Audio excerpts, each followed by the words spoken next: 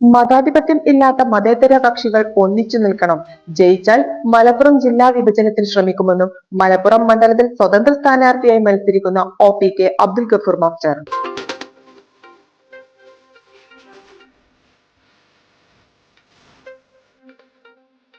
രാജ്യത്തെ മതാധിപത്യ രാഷ്ട്രീയത്തിൽ നിന്ന് മാറ്റി മതേതര രാഷ്ട്രീയത്തിന്റെ പാതയിൽ എത്തിക്കുക എന്നതായിരിക്കും എന്റെ പ്രഥമ പരിഗണന എന്ന് മലപ്പുറം മണ്ഡലത്തിൽ സ്വതന്ത്ര സ്ഥാനാർത്ഥിയായി മത്സരിക്കുന്ന OPK അബ്ദുൽ ഗഫൂർ മാസ്റ്റർ പറയുന്നു. മലപ്പുറം ജില്ലാ വിഭജനം അത്യന്താപേക്ഷിതമാണ്. അതിനുവേണ്ടി പരമാവധി ശ്രമിക്കും.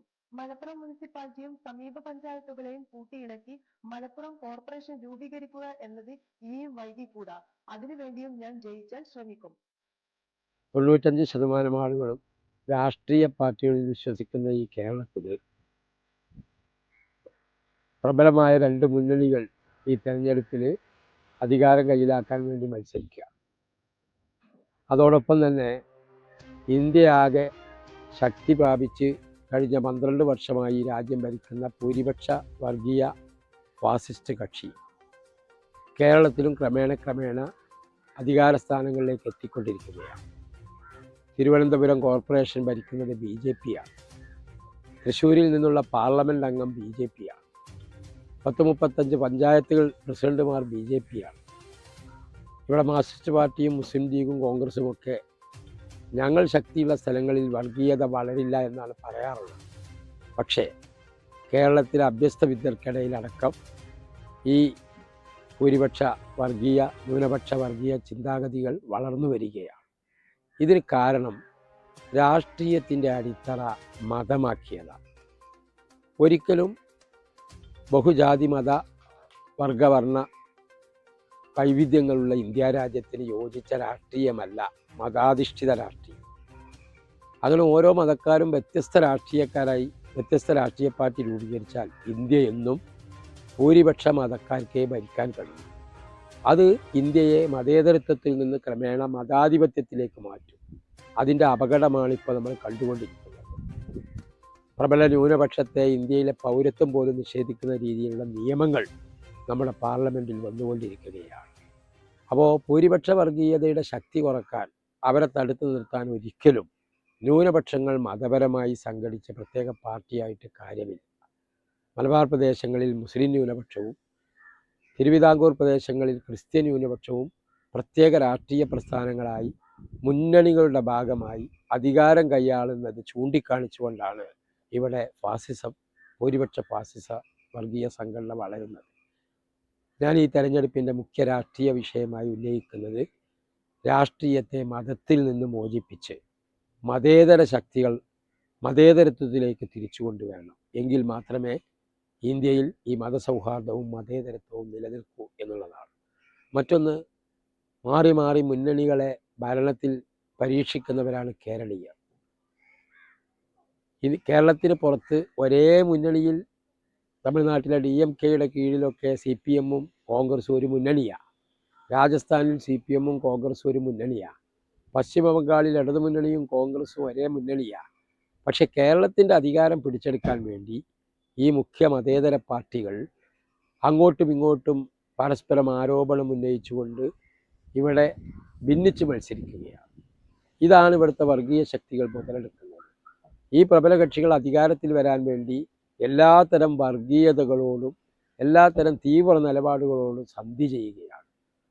ഒരു കാലത്ത് ഒരു മുന്നണിയിലുള്ള വർഗീയ തീവ്ര ശക്തികൾ ഇന്ന് മറുഭാഗത്ത് പോകുമ്പോൾ അവർ വർഗീയമായി ചിത്രീകരിക്കുന്നു. തങ്ങളുടെ കൂടെ നിൽക്കുമ്പോൾ അവർക്ക് പുരോഗമന പട്ടം നൽകുന്നു. ഇങ്ങനെ ആദർശരഹിതമായ കൂട്ടുകെട്ടുകളാണ് അധികാരത്തിൽ വരാൻ വേണ്ടി ഇടതുമുന്നണിയും UDFും ഒക്കെ ഈ തെരഞ്ഞെടുപ്പ് പശ്ചാത്തലത്തിൽ കൈക്കൊള്ളുന്നത്. മെച്ചപ്പെട്ട സിലബസോട് കൂടിയ ഉന്നത കലാലയങ്ങൾ കേരളത്തിലില്ല. ആരാണ് ഇതിന് പരിഹാരം കാണേണ്ടത്? ഈ പ്രബല രാഷ്ട്രീയ കക്ഷികൾ ഉൾക്കൊള്ളുന്ന മുന്നണികളാണ്. വിദ്യാഭ്യാസ വകുപ്പ് കൈകാര്യം ചെയ്യുന്ന മന്ത്രിമാർ ഈ ജില്ലയിൽ നിന്നുണ്ടായിട്ടുണ്ട്.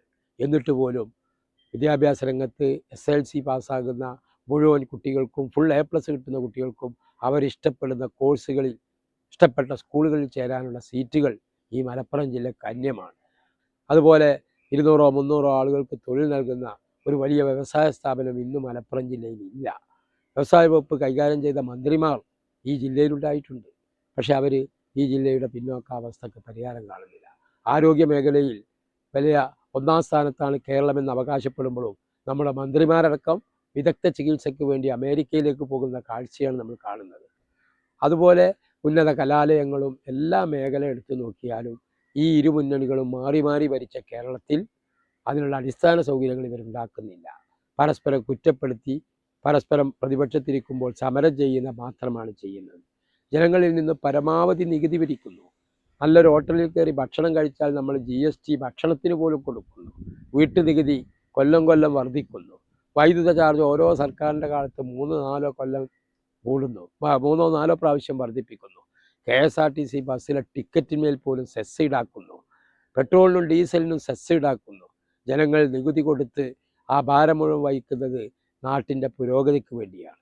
പക്ഷേ മോഹനസുന്ദര വാഗ്ദാനങ്ങൾ തെരഞ്ഞെടുപ്പ് കാലത്ത് നൽകി നാട്ടുകാരുടെ വോട്ടുകൾ വാങ്ങി 10,000-കണക്കിന് വോട്ടിൻ്റെ ഭൂരിപക്ഷത്തോട് ജയിക്കുന്ന നമ്മുടെ രാഷ്ട്രീയ നേതാക്കന്മാർ അവരധികാരത്തിലെത്തുമ്പോൾ ഈ സാധാരണക്കാരെ മറക്കുകയാണ്. ജനങ്ങളുടെ പ്രശ്നങ്ങൾ അവർ മറക്കുകയാണ്. അവർ അധികാര കസേരകളിൽ സുഖലോലുപരായി കഴിയുകയാണ്. 10 വർഷം മുമ്പ് 1.5 ലക്ഷം കോടി മാത്രം പൊതുകടം ഉണ്ടായിരുന്ന കേരളത്തിൽ ഇന്ന് 6 ലക്ഷത്തിലേറെയാണ് പൊതുകടം. ഇനി ഒരു പുതിയ സർക്കാർ വന്നാൽ അവർ വീണ്ടും കോടികൾ ഇനിയും കടമെടുക്കും. ജനങ്ങളെ ജാമ്യത്തിൽ നിർത്തിക്കൊണ്ട് നമ്മുടെ കടം വർദ്ധിക്കുകയാണ്.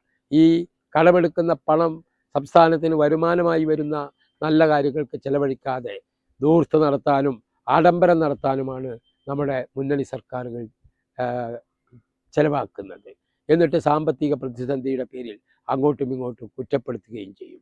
ഇവിടെ ജനങ്ങളിൽ നിന്ന് പിരിക്കുന്ന രക്തസാക്ഷി ഫണ്ടിൻ്റെ പേരിൽ, ദുരിതാശ്വാസ പ്രവർത്തനത്തിലുള്ള ഫണ്ടിൻ്റെ പേരിൽ തർക്കിക്കുകയാണ് ഈ രാഷ്ട്രീയ കക്ഷികൾ. അങ്ങനെ അങ്ങോട്ടും ഇങ്ങോട്ടും ആരോപണവും പ്രത്യാരോപണവും ഉന്നയിച്ച് സാധാരണക്കാരായ പ്രവർത്തകരിലും വോട്ടർമാരിലും ആശങ്കയുണ്ടാക്കി വോട്ട് നേടി അധികാരത്തിൽ വന്നു കഴിഞ്ഞാൽ തങ്ങൾ എന്താണോ പ്രതിപക്ഷത്തിരിക്കുമ്പോൾ പറയുന്നത് അതിന് നേരെ വിപരീതമായ കാര്യങ്ങളാണ് ഭരണപക്ഷത്ത് വരുമ്പോൾ ചെയ്തുകൊണ്ടിരിക്കുന്നത്. ഇതിലൊക്കെ പ്രതിഷേധമുള്ളവരാണ് നമ്മൾ. ഈ പ്രതിഷേധം ഈ നേതാക്കന്മാർക്ക് ബോധ്യപ്പെടണം, ഈ രാഷ്ട്രീയ പാർട്ടികൾക്ക് ബോധ്യപ്പെടണം. അതിന് രാഷ്ട്രീയ കക്ഷികളുടെ മുന്നണികളുടെ സ്ഥാനാർത്ഥികൾക്ക് വലിയ ഭൂരിപക്ഷം നൽകി വിജയിപ്പിച്ചാൽ അവർ തങ്ങൾ ചെയ്യുന്നതൊക്കെ ശരിയാണ്, അതിന് ജനങ്ങളുടെ അംഗീകാരമുണ്ട് എന്ന രീതിയിലാണ് അവർ മുന്നോട്ട് പോകുന്നത്. അതുകൊണ്ട് ഇത്തരം രാഷ്ട്രീയ പാർട്ടികൾക്കെതിരെയും മുന്നണികൾക്കെതിരെയും അവരുടെ സ്ഥാനാർത്ഥികൾക്കെതിരെയും നമ്മുടെ പ്രതിഷേധം വോട്ടായി മാറണം. അവരുടെ ഭൂരിപക്ഷമൊക്കെ കുറയണം. എങ്കിലേ അവർ താഴോട്ട് ഇറങ്ങി വരികയുള്ളൂ. അവരിത്തരം ജനകീയ പ്രശ്നങ്ങളിലേക്ക് കടന്നു വരികയുള്ളൂ. അതിന് ഒരവസരമുണ്ടാക്കുക എന്നുള്ളതാണ് ഈ തെരഞ്ഞെടുപ്പിൽ സ്വതന്ത്രനായി മത്സരിക്കുന്നതിലൂടെ ഞാൻ ഉദ്ദേശിക്കുന്നത്. എൻ്റെ ചിഹ്നം ബക്കറ്റാണ്. വോട്ടിംഗ് മെഷീനിൽ 6ാമത്തെ പേരായി അബ്ദുൽ ഗഫൂർ മാസ്റ്റർ OPK എന്ന പേരിൻ്റെ നേരെ കാണുന്ന ബക്കറ്റ് അടയാളത്തിൽ നിങ്ങളുടെ വോട്ട് രേഖപ്പെടുത്തി എൻ്റെ ഈ ആശയങ്ങളോടൊപ്പം നിങ്ങൾ നിന്ന് ഉത്തരവാദിത്തപ്പെട്ടവരെ നിങ്ങളുടെ പ്രതിഷേധം അറിയിക്കണമെന്ന് അഭ്യർത്ഥിക്കുകയാണ്. പുൽപ്പറ്റ വില്ലേജ് വിഭജിച്ച് പുതിയ വില്ലേജ് രൂപീകരിക്കുകയാണെന്നതും പരിഗണിക്കും. മലപ്പുറം മണ്ഡലത്തിലെ പുൽപ്പറ്റ സ്വദേശിയായ അബ്ദുൽ ഗഫൂർ മാസ്റ്ററുടെ ചിഹ്നം ബക്കറ്റാണ്. എല്ലാ വോട്ടർമാരുടെയും സഹായവും സഹകരണവും പിന്തുണയും ഗഫൂർ മാസ്റ്റർ തേടുന്നു. 35ഓളം വാഗ്ദാനങ്ങളുമായാണ് ഗഫൂർ പ്രകടന പത്രിക തയ്യാറാക്കിയിട്ടുള്ളത്. 45 വർഷക്കാലത്തെ പൊതുപ്രവർത്തന പരിചയത്തിന്റെ പിൻബലത്തിലാണ് ഗഫൂർ മാസ്റ്റർ അരങ്ങിൽ ഇറങ്ങിയിരിക്കുന്നത്.